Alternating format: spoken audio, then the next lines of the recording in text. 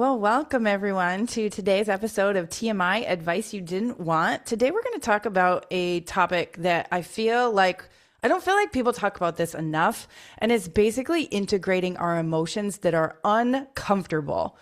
Most of us are including myself, super uncomfortable with sitting with like very uncomfortable feelings. And when I say uncomfortable, I'm talking about anger, I'm talking about frustration, I'm talking about anxiety. That was a big one for me that I feel like I've had a huge upgrade within the past week because I've literally been like, holy shit. But anyways, that's totally different topic.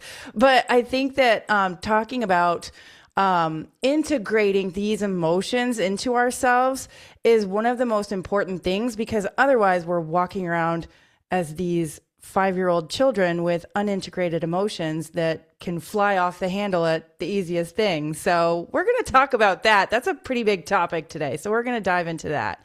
So in case we haven't met, my name is Karen. And my name is Ashley. And I think this is so important. Our mentor used to talk about like the shit pile or the anger pile or the fear pile. And so usually someone has a specific fear that they have more struggles with than other fe or Yeah. not, sorry, not fear, a specific emotion that Mhm. they struggle with more as like they're coping. So whether that is depression and sadness or fear and anxiety or anger and rage, like there's always more of a focal point of how they express themselves and what piles. And so, in a lot of ways, we go through life, and when we're not feeling the feelings and sitting with the feelings or transmuting the feelings, we're building a shit pile. Mhm. And so then when we get triggered, or when things aren't going our way, or we're just having a bad day, like someone cuts us off in traffic, or the sun's not shining, we have a huge pile to just pull from. Mhm. And sometimes it all comes crashing down, and it's like everything all at once. And sometimes we just pick one and we're like, I'm going to rage about this today because we haven't dealt with any of it. Yeah. So, Yeah. And the thing is it's uncomfortable to sit with a lot of those things. And we've learned since childhood, because a lot of times parents are like, it's not appropriate for you to have a temper tantrum right now in the middle of CVS or whatever, right? Like it's not appropriate. So we were taught as children to stuff that. And mhm. as a result, we have turned into adults that don't know how to deal with our emotions. And you hear it all the time. I don't know if you do anymore, Ashley, but I do in the OR, where people will make fun of the whole culture of the emotions, like feel your emotions. And like a lot of people that I work with are like, emotions are ridiculous. I've even had my brother say that to me before. He's like, your emotions, like they're a waste of time. Like he said that to me and I was like, oof. And I know he's got a lot that he has pent up just from listening to him talk and what he does. But it's one of those things where it's like our emotions are simply a barometer for what's actually going on inside of us. So Yep. anytime I feel triggered, I don't get upset with the trigger anymore.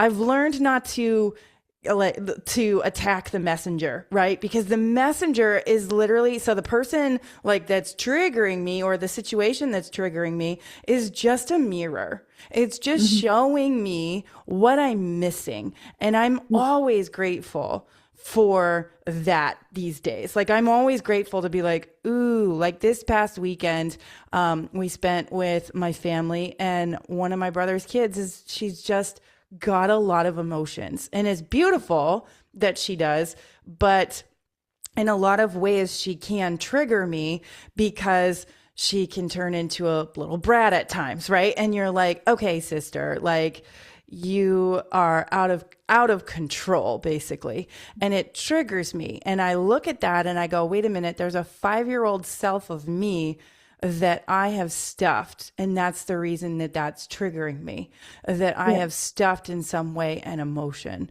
And Mhm. so I kind of look at what she does and I'm like, wow, yeah, she is a mirror. Cause I remember doing a lot of these things as a child too and being reprimanded for it. The thing is like, because I don't have kids, like, I don't know the best way to maneuver through that yet, simply because like you want to teach them how to regulate the emotion, feel the emotion, regulate it, right? And do it in a succinct, quick manner. Now, I don't have kids, so I'm not pouring into her every day, telling her, like, explaining to her what I do to regulate my emotions. Like, all I can do is, like, when things are happening and she is being a brat for no reason, I have to figure out like, okay, I have to regulate myself first because if I regulate myself first, then I can help her regulate herself. But it's definitely interesting because someone else's child, right? So I can only do so much with it. And I don't have kids, so it's not like a training ground for me, right? Like where I'm trying to figure out, well, how do I help this child regulate their emotions? And so it's hard. And I think that you probably can relate with that a lot because you have someone else that trains your children also, right? And in a way that you don't necessarily want them to. And Yeah. so you can kind of see like this mirror and go, okay, at a certain point, there's only so much that I can do. I can teach the child what I understand and how to regulate their emotions. And I have less time with my nieces than you do with your kids. But for me, I'm like, okay, so how do I regulate my emotions through what they're doing right now? And then teach them how to regulate their emotions as best I can with the short amount of time that I have. Right. So that's definitely been a process for me, especially as one of my nieces is getting older. You can start to see like those teen years coming into place and you're like, woof, this is a lot right now. But I think it's interesting because, like, I think tantrums are completely avoidable. I do Um, too, 100%. Yeah. Yeah. And it's interesting because I have one holistic doctor and he has two kids that are roughly my kid's age. And he is very strict with diet, screens, metals, everything, and what he puts in his kid's body, and what they're exposed to at all. And he's has two kids. He's never had a tantrum. Mhm. And he's like, you kids having tantrums is their diet completely. Mhm. And then I have a mentor who's all about like rewiring your brain and how the brain works.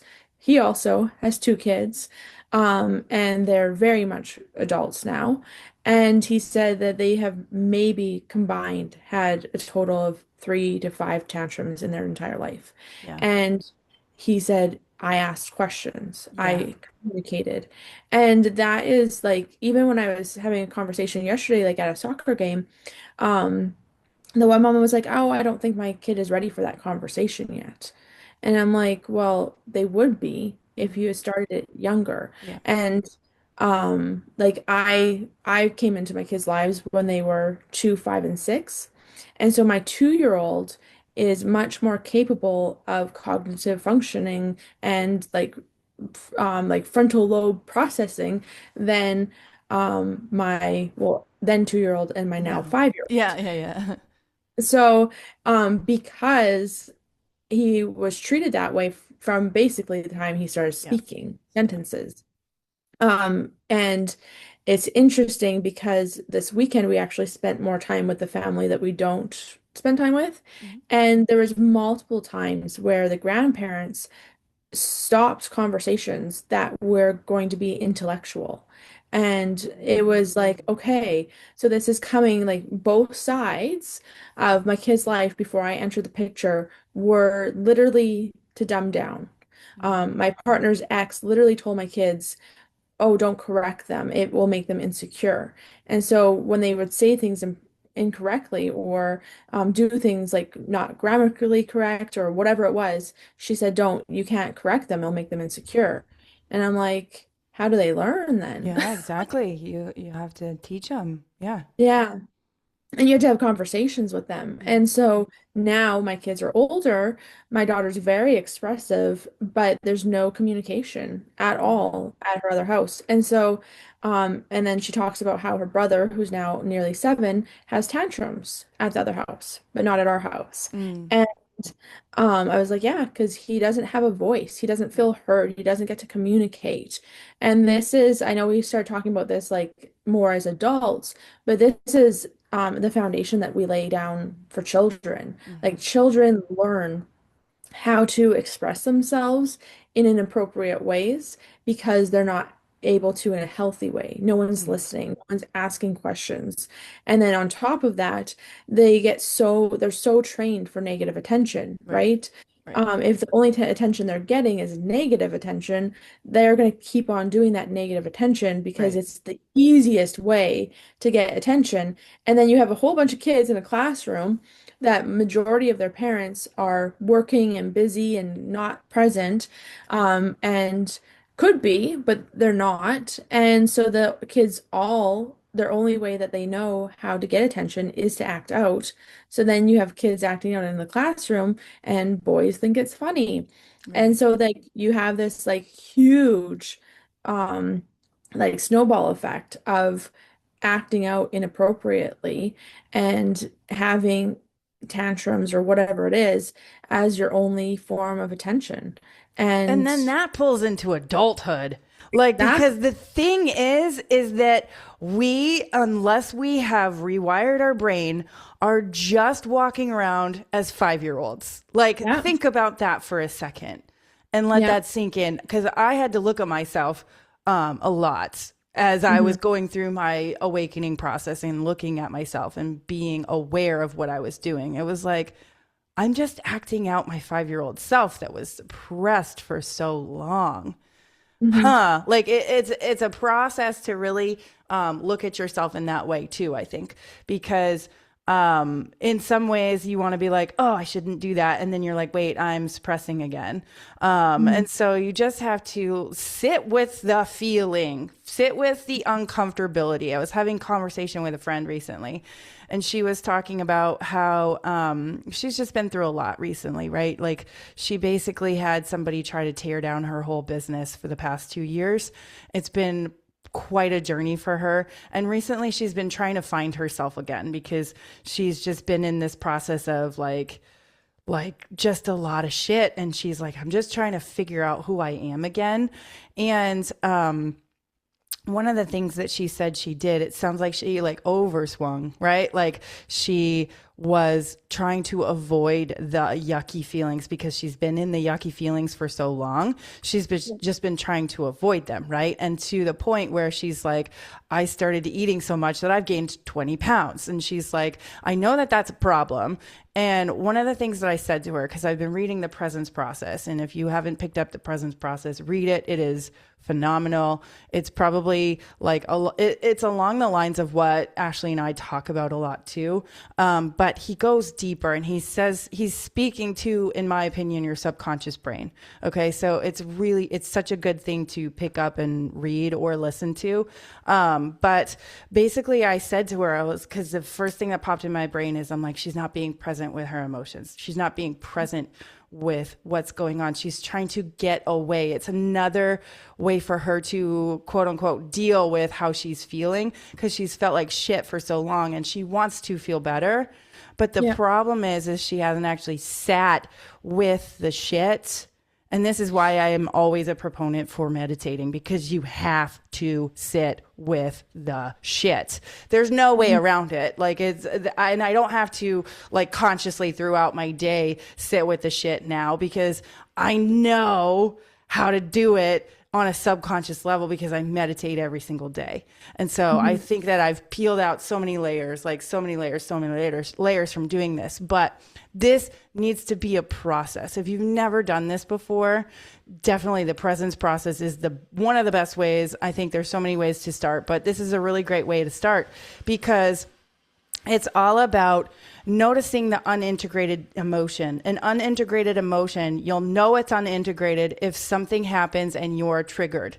You feel Mhm. angry, you feel anxious, you feel whatever. And I don't care if, like, I don't care where the emotion is coming from. If you feel triggered at all, if you're feeling a yucky emotion that you haven't sat with, and it's a really big fucking emotion, and you're like, I don't know how to regulate this emotion, that is an undealt with emotion. That's an unintegrated emotion. That's how you know. Okay. It's Yeah. a big emotion that you're like, I don't know what to do with this. I feel like like you feel like you're drowning. You feel like you can't get out of it. It's so bad, right? I've been here and I still sometimes have noticed myself be like, oh, I'm falling back. Nope, not doing that. Not doing that. Okay. So, and I've trained myself so much that now I'm able to pull myself out very quickly. But when you're first starting, it can feel like you're drowning. Like, oh my God, like, how do I deal with this emotion that's so big? I don't want to sit with it, but I know I need to. Like really sitting and integrating that emotion, whether you're meditating, breath work, even just sitting and daydreaming and allowing yourself to be with that for a minute and then ask yourself, okay, so I'm not a huge proponent of like sitting with the emotion and staying with the emotion either. It's about, Yeah. okay, I see the emotion, I see how I acted, I see how I reacted, and what might I do differently next time? Okay. Yeah. So that I feel like this is something that people get mixed up too, because it's like, yes, sit with the emotion, but how long do you want to sit with the emotion too? Okay. So as a fine line of noticing the emotion. And I think for me, it's come down to the point of I just have to notice that I'm doing it. Mhm. Once I notice I'm doing it, I've sat with it enough. And now I can ask myself, what do I want to do differently? And this is Mhm. something that people will get tripped up on because they're like, either they don't sit with it ever or they sit with it too long. And it's like, you don't need to be sitting down with an ice cream bowl and sitting with your emotion. Like, that's too long. Okay. The emotional reaction on a physiological level, when you have something trigger you, it should be. Now, I'm not talking deep trauma, okay? So people don't go crazy on me right now. But when you have an emotion, the hormone that's released in your body should only last for about 90 seconds to 2 minutes. That is all. Think about that for a second. So if you're sitting there, you got cut off in traffic and you just had like a big fight or flight scare, but then you continue to have the fight or flight scare by going to work and being like, oh my God, do you believe this person? They just cut me off traffic these days. You're continuing the emotion.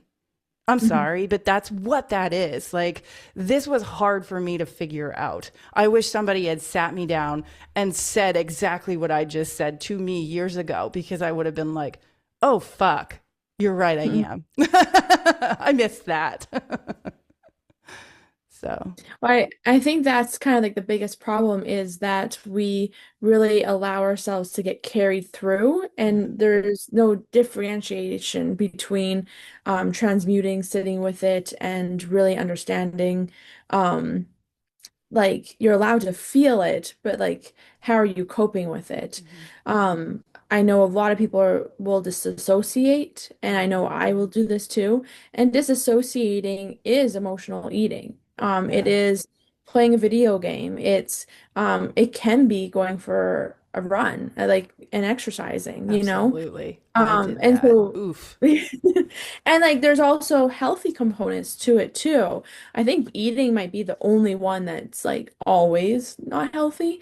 I used to be a big believer that video games were always unhealthy, and just recently, one of my mentors said no, because if you have a lot of pent-up anger and rage, going and killing something on a video game can actually be a way to release that and not just distract from that. Mm. And before I was in my opinion, it was no, you're just going and building up that rage kind of thing because you're I think it aggressive. could be both and. I definitely agree Exactly. with both sides of that because you Yeah. could be continuing. And this is where the fine line comes, right? Yes. You Yes. have to be really present with yourself to know what you're doing.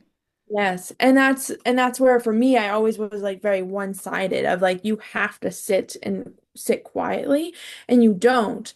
And then like the two biggest ways usually to release emotion is to cry and to exercise. But if you're crying 24/7, like, No. and then if you're Yeah. exercising but not actually dealing with it, there's also a component where exercise can be addicting and can be a way to disassociate as well. So there's a lot of different caveats to it, but it's making sure that you're actually processing. Mhm. So, like, what am I feeling and what can I do about it? And how do I change my action or change my feeling so that I'm not stuffing it down and disassociating and building that shit pile, but how am I actually releasing it so it's not building inside of me? So if you feel heavy, if you feel like there's a lot of weight on your shoulders, if you're always getting sick, if you struggle with autoimmune, like all these things are signs that you have a big shit pile that you need to deal with. Absolutely. And the thing is that I do think that a lot of us walk around with a big shit pile and we're not necessarily paying attention to it.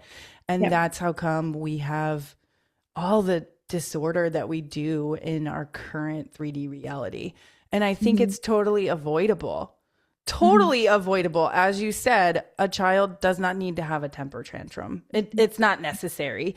Like most of the time, when I see a child having a temper tantrum, it's because they have cake stuffed in their face. And it's like, something's going on there, like, and it's unfortunately, um, because as adults, we have been overindulgent with ourselves. And as a result, we become overindulgent with our children as well. Yeah. And I'm not going to go too deep into this because obviously I don't have children, but I have eyeballs too. So, but I don't want somebody to be like, "What, Karen? You don't have kids. You don't know what you're talking about." I mean, I have Okay. eyeballs too. I have eyeballs. I can see. So, but yeah, it's honestly like I also look at my childhood and what I stuffed, and I can see 100% can see the patterns that I've created as a result. Because you have an energy field around yourself. Also, this is Hmm. totally side note. This was crazy this morning. I've been seeing people's energy fields a lot more recently. And this morning I was petting my dog and I was like, wow, my energy field is big right now.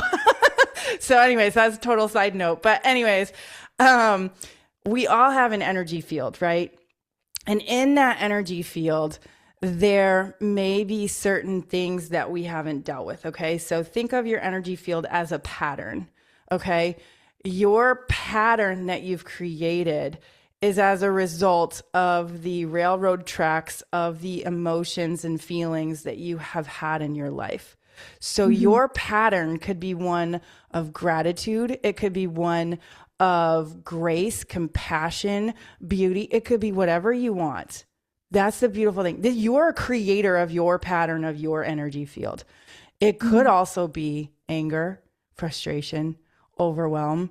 And it could be also a lot of us that are on our spiritual awakening could be a conglomeration of those things as well. Okay. Hmm. So as we're going through life, the beautiful thing that I've really been tuning into recently is my higher self already knows exactly how I want to feel. My higher self already has the perfect pattern. All I need to do is reach out to her and say, "Hey, what do I do? What do I feel? Like what's the feeling that I want to create?" Cuz she's already created it. I was listening to a TikTok the other day and I was like, "I really think this is so true." We came to this 3D reality so that we could use our logical brain, our ego brain, to figure out how to do what we already knew how to do. Is that Hmm. like that hit me and I was like, I think that's true. So cuz I felt like for a long time cuz and I've said this to you before, Ashley. I felt like so many people are like, oh no, I don't like that are on their spiritual awakening. They're like, oh no, I don't want my logic brain anymore. I want to just completely be done with it. And I just don't think that that's the case. Like, I was given a logical brain for a reason. Hmm. So I should be allowed to use it as well. And I would Yeah. like to use it as well because it's a gift that I've been given. So how can I use it to its best ability? And I truly believe after hearing that, I was like, yep, that integrates all the things that I've felt for a really long time about 3D reality and the fact that like I already know how to do this, but I don't on some level. Like this is weird. Like how do you Yeah. integrate both of that? And I really think it has to do with integrating your logical brain with your feeling brain. Wow, I Mhm. got friggin' chills with that one. I don't know if anybody else did, but that I really like after hearing that TikTok, I was like, I've felt this way for a long time, but I think that this person succinctly said what I was feeling because I don't Yeah. feel like it's like getting rid of that logic, that ego. It's about figuring out how to marry the logic and the feeling together. hmm Yeah. And I think that that is like obviously when you go through your awakening, there's a lot of like ego work to be done. Yeah. Um, and so that's one of the hard things is you naturally as a human swing the pendulum, right? It's Mhm. like, oh, my ego is my enemy. Bye. Yeah, exactly. And Yeah. so I also think that our shit pile is what makes our healing and awakening journey so difficult Mm. because we realize that we've been desensitizing for however long, like some people go through their spiritual awakenings in their 30s, 40s, and 50s, and it's like, well, I've been practicing this for like 30, 50 years. Yeah. And so your shit pile is fucking huge. Hmm.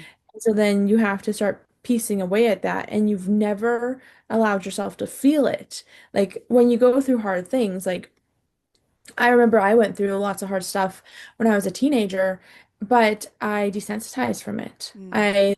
I had distractions, I had all the things a typical teenager would. So you didn't truly feel it. You didn't truly deal with it. And so then you are unloading this massive pile all the way back to your teenage years, or childhood really. It usually starts around that like age 5 range, but you Hmm. can have like pre-birth trauma Oh even. yeah. Yeah, yeah, yeah. Um, so it's really unloading that, and we don't want to feel feelings. Like it's not enjoyable. It's not something we want to do. And so when people are like, "Oh yeah, I went into a really dark place with my spiritual awakening," it's not because of the spiritual awakening, it's because you're feeling your feelings for the first time Yeah. and you're not dissociating for the first time. Yeah, yeah, that dark night of the soul is real. And you can have multiple dark nights of the soul as you're on this journey too. It's not even just when you're first starting, because it's like you start to peel back the layers and you go, oh, I didn't know that was there. Oh, I didn't know that was, oh, I really didn't know that was there. And so as you're going through this journey, you'll have those. I would say highs and lows, but it's not really highs and lows. It's just you integrating things that haven't Yeah, been fully integrated in the past. yeah. And I I will always say this. I think it's easier to look at it as a process instead of, oh my God, I have to do this all at once, right? Like for me, I'm definitely the person that I like to complete things, right? This is one of those things that I'm okay with it being a process because Yeah. it just has to be because you can't open it all up at once. You'll just fall apart and probably not be able to function, right? And that's not effective either. Well, So, and that's really the hard part because you can't just achieve it and check the box, right, right? right, right, right. And and then two, you think you've dealt with it and it comes back, Hmm. Yeah. And people don't like feeling like failures, and it can often feel like you failed or you didn't do something right. I've That's talked the about my program, accident. though. That's the Oh, for program that sure. keeps you stuck. Yeah, yeah.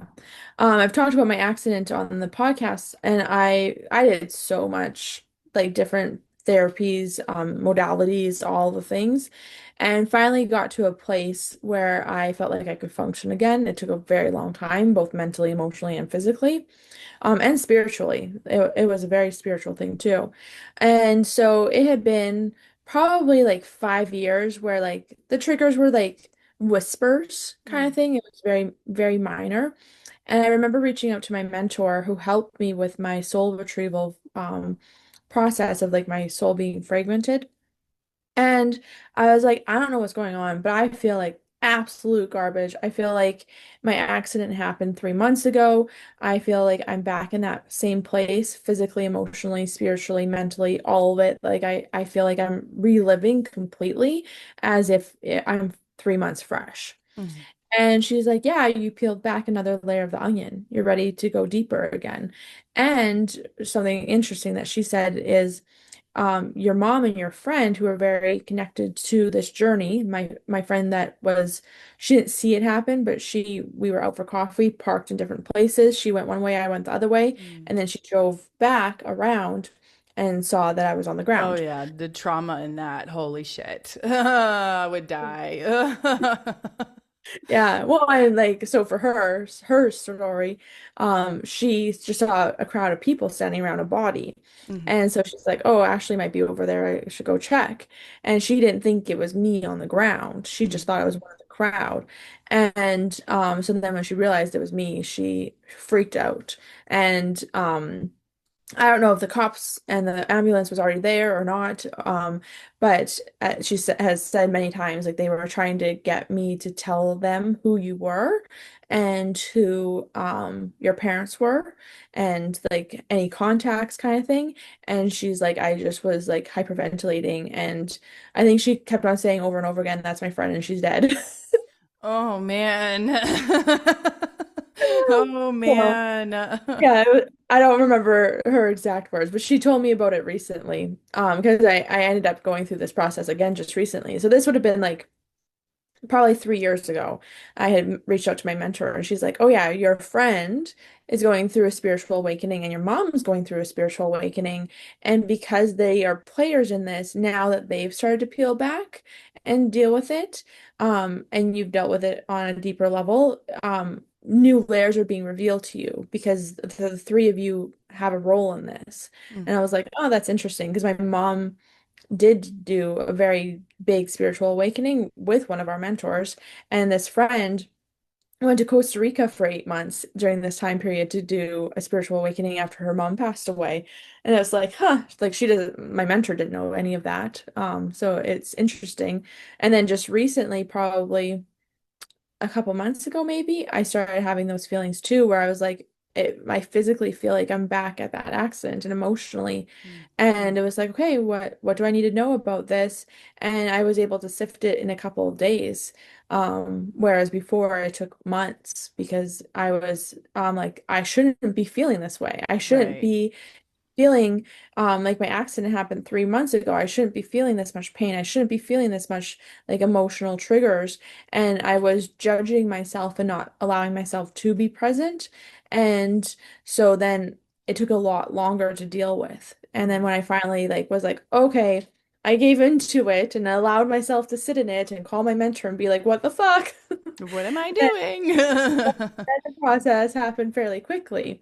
And so then that's kind of like our whole life. Like the process doesn't have to take long. Like for you, how you mentioned with meditation, like you're able to do it and move through it fairly quickly because you've practiced and you don't judge yourself and beat yourself up for having those feelings. So, Yeah. I mean, there are days where you do still, and then you're oh like, wait, yeah. wait, wait, wait, wait, wait, wait, wait. I don't need to do that either. Like, it's like looking at the pendulum and seeing the emotion and then trying not to swing too hard the other way, right? It's a balancing act. It's about noticing wherever you're sitting on that pendulum, right? So, it's all a process. Like, and the worst thing I think we can do to ourselves is beat ourselves up for, oh my God, I'm dealing with this again. Like that judgment of yourself is probably one of the easiest places to get stuck, right? Yeah. Because For sure. you're like, but I already dealt with this. I already Mhm. know that I don't want to feel this way. I already whatever, you know? And like that's one thing I can see when people say or whenever I say things like, well, how long do you want to sit with that feeling? And people are Yeah. like, they will immediately go, well, wait, you have to sit with it though, but you have to sit with it. And I'm like, yeah, yeah, yeah, I know. There's both sides to it though. There's two sides Mhm. to that coin. How long? Yeah. And sit with it, right? Yeah. So finding the balance. And for me, I truly think that we all have to figure out what that balance looks like. We can't have somebody else tell us what that looks like. I will Mhm. never tell anybody what to do ever, because I'm like, listen, this was my story. This is what I figured out for me. You Yeah. probably have different emotions that get you triggered and get you held up. So Yeah. I can't tell you what to do because that's not going to serve you at the end of the day. This is where like mentors can be helpful, but also they have their own Yeah. perspective on life, and they Mhm. don't always understand to a very deep degree what is the emotion that you personally always get tripped up on, right? Yeah. And so yeah, for me it was just figuring that out too, because I'm the kind of person that if a mentor tells me to do something, okay, I'm all in, let's do it, right? But then I found myself in the opposite direction going, now what the fuck do I do? Right? Like, oh shit, like I'm on either this side or this side, and for me of the pendulum, it's like figuring out how to get in the middle with where the balance is with that pendulum. And 100%. truly you are the only person that can tell you where that is.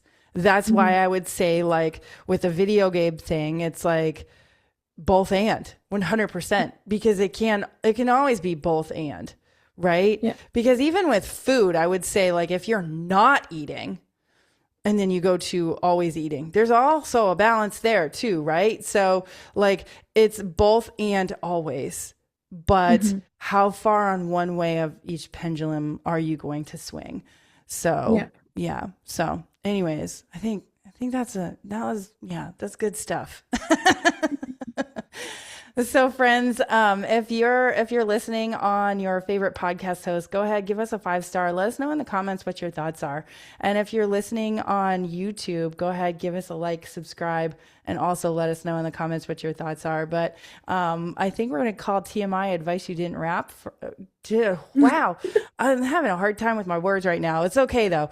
We're going to call TMI advice you didn't want a wrap for today. We're going to say that instead. So we'll see everyone next time.